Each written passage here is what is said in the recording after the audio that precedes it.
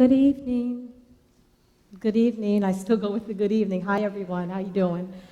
My name is Latasha Casterlow-Lalla. I live at 42 Village Road, and my three children, go to school too. Ma'am, could you spell your last name for the record? Sure. Which one? Both of them? No, just the last name. Okay. Well, I have two, but okay. L-A-L-L-A. Go ahead, ma'am. All right, thank you. Thank you. So, school uniforms can lessen the negative effects of class status. In some schools, you're only popular if you wear the latest fashions and trends. Students are sometimes left out or even teased if they are unable or unwilling to pay to the way the popular students are dressing.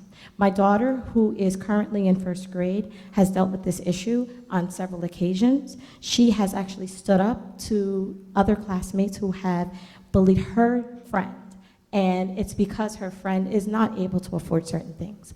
Now, I'm very lucky that we have an amazing principal and amazing teachers who are amazing. They have immediately responded to the issue, they've addressed it, they reassured my daughter, and they've reassured her friend. However, I just don't believe that that type of hurt needs to be impacted on any child at any point. I am an educator.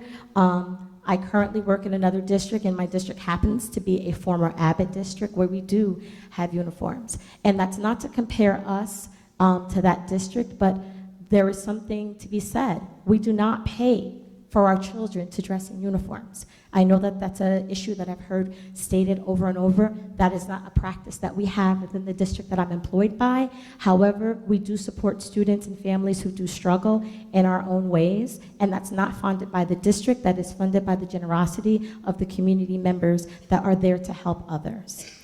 Wearing uniforms enhances school pride, unity, and community spirit.